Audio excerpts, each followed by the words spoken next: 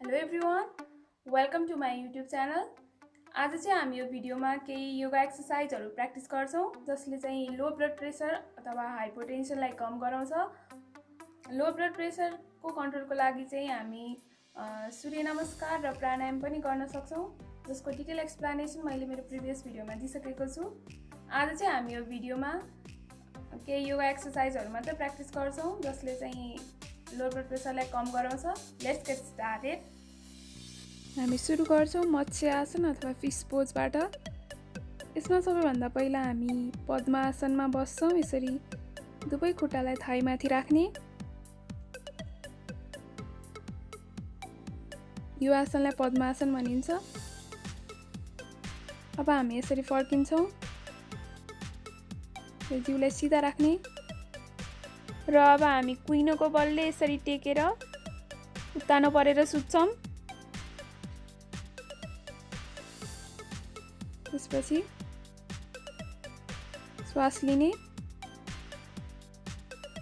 र टाउकोको बलले पेट र छातीको भागलाई उठाउने र दुवै हातले खुट्टाको बुढी अम्लालाई यसरी तान्ने र हातको कुइनोले चाहिँ यसरी म्याटमा छुन कोसिस गर्ने। यही पोज हामी होल्ड गर्छौँ 5 to 10 सेकेन्ड्स। नर्मल ब्रिदिङ गर्छौँ हामी यस बेला चाहिँ। एकछिन यही पोजमा बसौँ।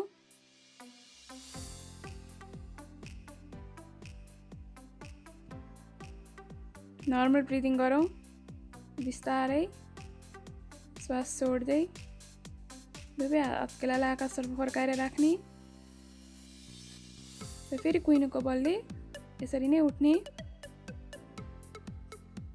हामी एकछिन रेस्ट गर्छौँ यही पोजिसनमा र फेरि पहिलाकै प्रोसेस रिपिट गर्छौँ। कुइनोको बलले अघि जसरी नै उत्तानो परेर यसरी सुत्ने।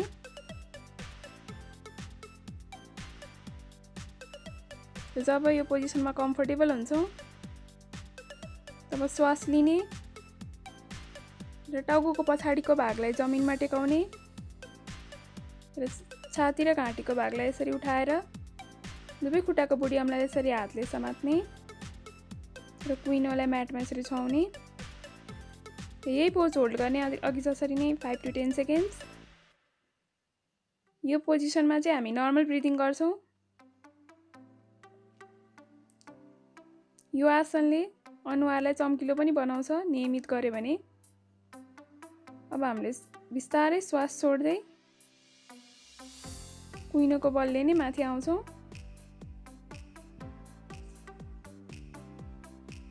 अब हामी उठ्छौँ यसरी।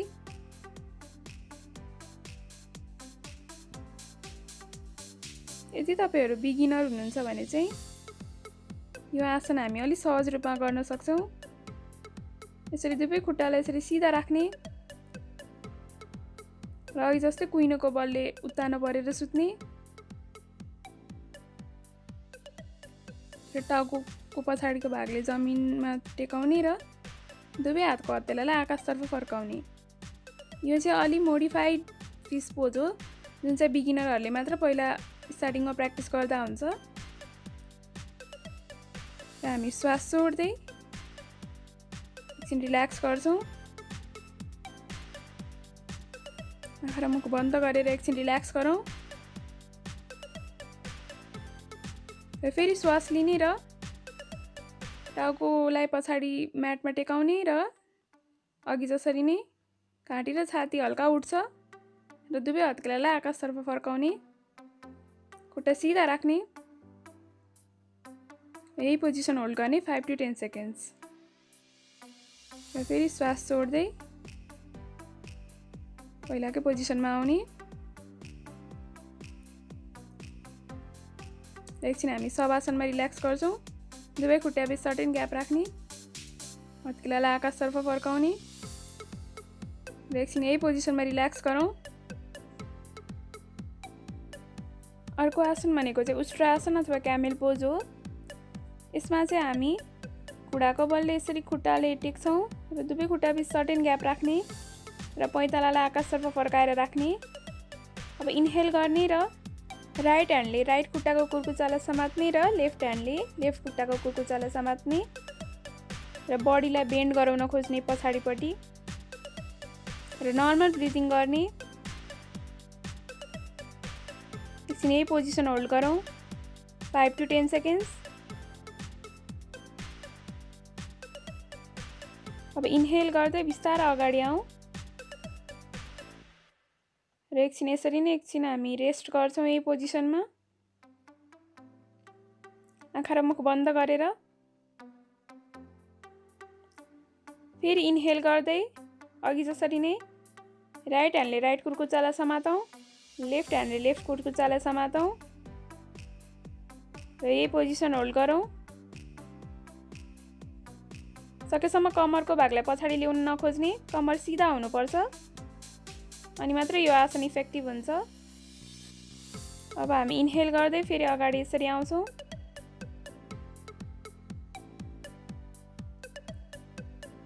एकछिन यही पोजिसनमा रिल्याक्स गरौँ।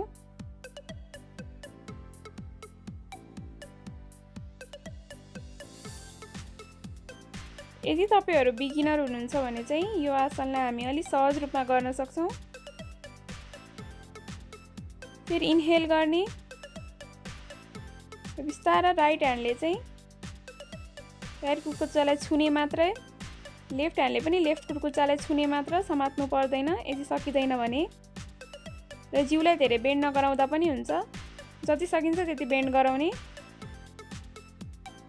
र एकछिन यही पोजिसन होल्ड गर्ने। बिस्तारै हामी फेरि अगाडि आउँछौँ इन्हेल गर्दै र एकछिन हामी वज्रासनमा रिल्याक्स गर्छौँ। एकछिन यही पोजिसनमा रिल्याक्स गरौँ। आँखा र मुख बन्द गरेर जिउलाई सिधा राखौँ र एकछिन यही पोजिसनमा रिल्याक्स गरौँ।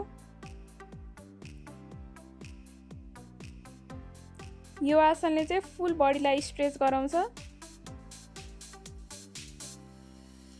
अब हामी अर्को आसन गर्छौं जसलाई पादहस्त आसन अथवा ह्यान्ड टु फुट पोज भनिन्छ। यसरी सिधा उभिने र इन्हेल गर्दै दुवै हातलाई यसरी माथि रेज गरौँ र एक्सहेल गर्दै बिस्तारै दुवै हातको हत्केलाले चाहिँ यसरी खुट्टा अगाडि छुने र सकेसम्म खुट्टालाई बेन्ड नगराउने र एकछिन यही पोजिसन होल्ड गर्ने, नर्मल ब्रिदिङ गर्ने। एकछिन यही पोजिसन होल्ड गरौँ 5 to 10 सेकेन्ड्स।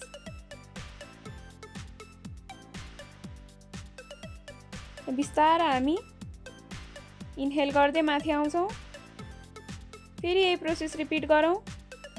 इन्हेल गर्दै दुवै हातलाई रेज गर्ने, एक्सहेल गर्दै बिस्तारै अगाडि यसरी आउने र दुवै हातको हत्केलाले चाहिँ म्याट अगाडि यसरी छुने। सकेसम्म कम्मरदेखि खुट्टाको भागलाई नहल्लाउने, सिधै राख्ने। खुट्टा छुन कोसिस गर्ने सक्नुहुन्छ भने टाउकोले। बिस्तारै माथि आउने।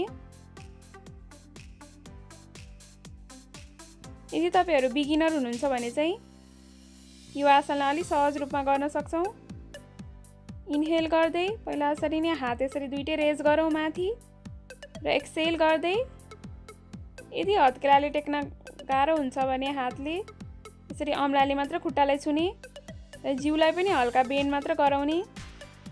यदि हत्केलाले पुरै हात टेकाउन सकिदैन भने भुइँमा बिगिनिङ स्टेजमा यही गर्दा पनि हुन्छ। बिस्तारै हामी इन्हेल गर्दै माथि आउँछौँ। So stay tuned and don't forget to subscribe my YouTube channel and stay fit and stay healthy. Stay at home. Thank you.